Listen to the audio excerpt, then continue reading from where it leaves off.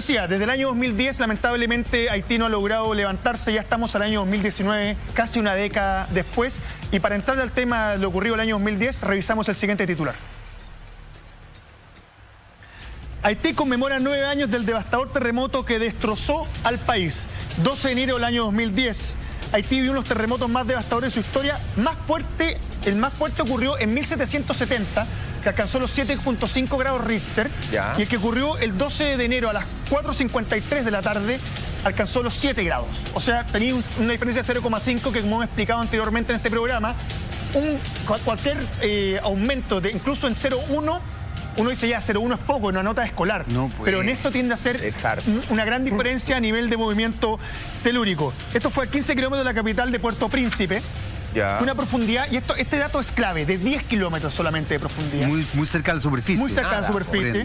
Y dejó aproximadamente 316.000 personas fallecidas, 350.000 personas heridas y 1.500.000 personas desplazadas y damnificadas. O sea, es levantar un país completo. Yo entiendo, Lama, tú tienes muchas cifras, acá estamos viendo algunas imágenes, pero hay videos que de verdad son de alto impacto. Hay uno que tú trajiste especialmente que tiene que ver con la visual desde un café, que se ve justamente cómo se mueve todo, cómo parte el terremoto. Partamos de la base que Haití es un país pobre. El año 2010 lamentablemente no había tanto celular, no había tanta cámara para poder captar, menos en la mejor definición, lo que se está viviendo ahí. Pero por suerte la cámara de seguridad de un café logró captar la siguiente imagen para que tengamos una idea de qué era lo que sentían los haitianos en ese minuto trágico del 12 de enero del año 2010. Revisamos la imagen y comentamos.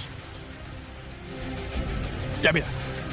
Fíjate, ahí estamos viendo, te fijas que la cámara está saltada, inevitablemente. Mira cómo empieza la gente a volverse loca por escapar de ese lugar. Pero te das cuenta el cambio que es de un segundo a otro. Claramente ahí no existe una cultura sísmica como la que nosotros deberíamos tener supuestamente, que tampoco la tenemos del todo. Perdóname, yo creo que el 2010 nosotros tampoco teníamos la misma cultura sísmica que tenemos hoy día. No, absolutamente. No. Entonces, claro, ellos, mira, acá esta imagen es de Ciora porque se ve desde afuera y empiezas a ver cómo los automóviles, creo que viene por acá, no se alcanza a ver muy bien en realidad, porque claro, como te dije antes, la cámara comienza a saltar. Y esto se provoca específicamente porque la profundidad del movimiento de este terremoto es muy escasa, son solamente 10 kilómetros de profundidad. Imágenes que por lo menos a mí este momento es decidor. Mira cómo sale corriendo el primero y después salen todos alborotados. O sea, no hay nadie pensando en que puede aplastar al otro, no hay nadie pensando en que hay que tener una salida un poco más ordenada. O sea, hay caídas ahí. Sí, no, sin duda. Yo creo que duró solamente un minuto. El que vimos nosotros, un mes y medio después, alcanzó los 3 minutos de duración. Que fue lo... Ya, pero a ver, yo aquí quiero ser también bien cauteloso porque lamentablemente nosotros, yo diría que justamente después del último terremoto se ha establecido un cierto grado de conciencia respecto a lo que significa un movimiento de estas características, lo importante que es mantener la calma, etcétera, etcétera. Sí. El terremoto que vivimos nosotros, la verdad es que mucha gente salió despavorida, no midiendo ningún tipo de cosa. Yo creo que el caso de Haití es un caso muy particular porque, por un lado, es un pueblo, como bien decía Monty, muy golpeado por su historia. Es un pueblo muy, como con un drama... Oprimido. Claro, incluso hablan de que es un pueblo que está maldecido. Absolutamente, pero llama la atención y por eso es que yo hablaba de que quizás la gente no lo tiene tan presente porque uno se le olvida lamentablemente la historia, uno debería manejar un poco más la historia de Latinoamérica y de América en general, pero de verdad, a ver, la dictadura de Papa Doc fue una de las dictaduras más crueles que ha tenido Latinoamérica. Nosotros vivimos una dictadura cruel también. Bueno, esta fue similar, pero además de eso súmale el tema de una religión que podía generar cosas muy complejas. Claro. Y soy súper cauteloso porque creo que uno también tiene que aprender a respetar, si uno quiere que lo respeten, respetar otras creencias.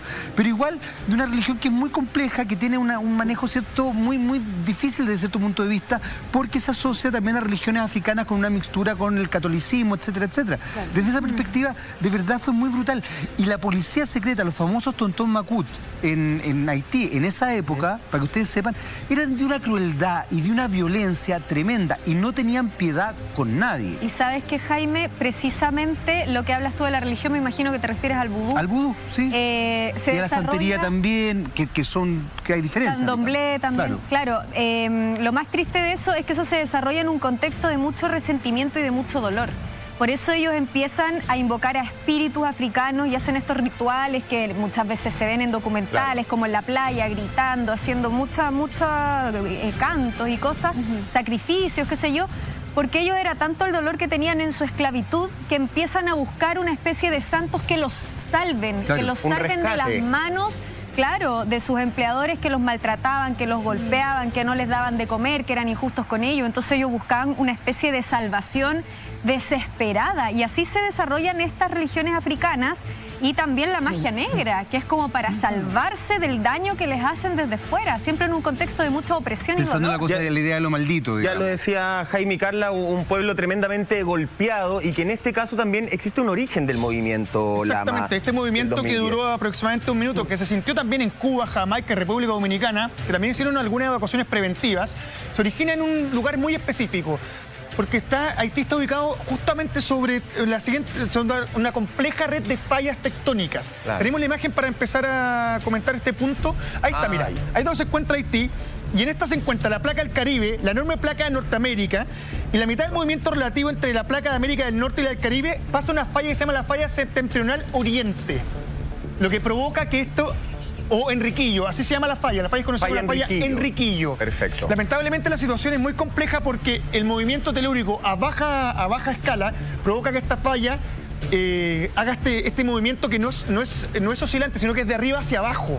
Perfecto. Provocando que además... Empiezan a chocar. Exactamente, y que a 10 centímetros de profundidad Que se es siente nada. mucho más el movimiento. Son Claro. solamente 10 kilómetros de profundidad cuando comienza este movimiento del 12 de enero del 2010. O sea, de alguna forma, acá podemos decir que el 12 de enero del 2010 no solamente los pilla mal parados desde la base de donde está Haití, sino que también desde la base de la construcción, desde la base de no tener una cultura sísmica, Claro.